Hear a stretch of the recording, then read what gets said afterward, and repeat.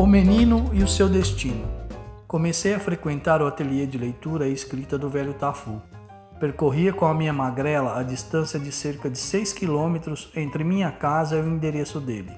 Ali era o seu refúgio e também a sua fortaleza.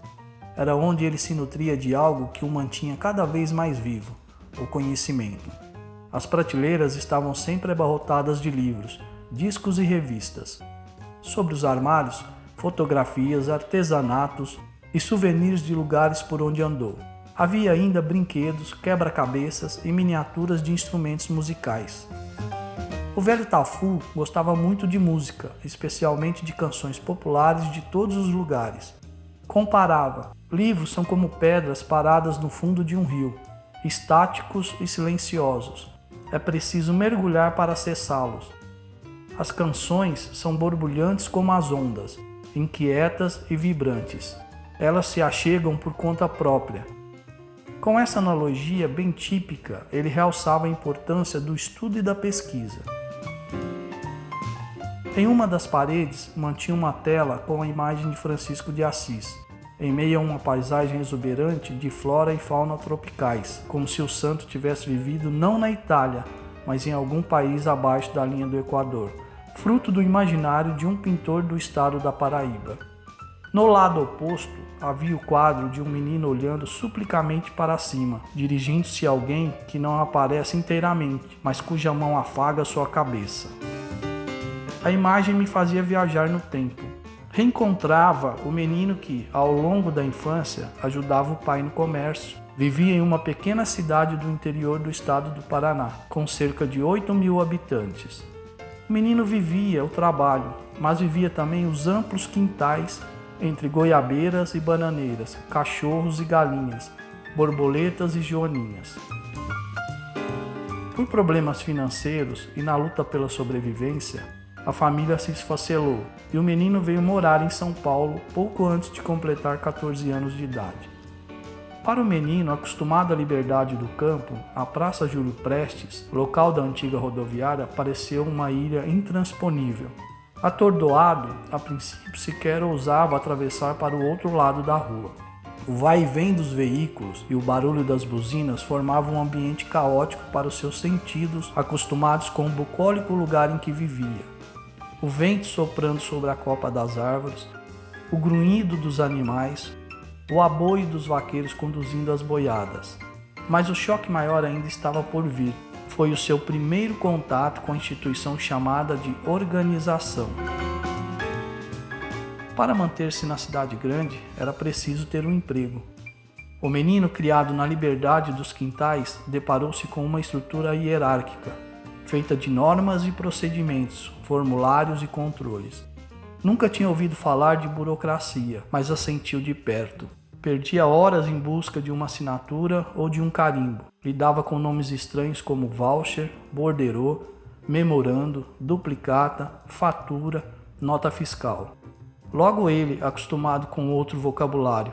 Forquilha para fazer estilingue, bola de gude, bilboquê, pipa e até bola de capotão, embora essa fosse para os mais abastados. Logo descobriu que as leis de fora valiam mais do que as leis de dentro. A produtividade mais do que a criatividade e o resultado mais do que o processo. Estranhava ser chamado de mão de obra, como que sugerindo o não pensar, não criar, não sonhar, apenas produzir e render. Algumas vezes referiam-se a ele como recurso humano, a ser equiparado com desvantagens a outros, como os físicos ou financeiros. Pior ainda foi descobrir que não passava de um item de custo, incluído na folha de pagamento, a influir sobre os resultados da empresa. E notar mais tarde que as organizações costumavam promover um tal de turnover, um nome chique para indicar os candidatos a colocar no olho da rua. Algumas pessoas chegavam a temer aumento de salário, por entender que, se os recebessem, passaria a fazer parte da lista daqueles que iriam rodar. Era preciso se enquadrar, e assim enquadrava-se também o potencial criativo, a vontade de realizar, a coragem para ousar, o direito de sonhar. Reduzia-se, portanto, a capacidade de ser e o desejo de vir a ser. Notou ainda que a maior parte das pessoas trabalhava cerca de 40 horas ou mais por semana fazendo o que detestava.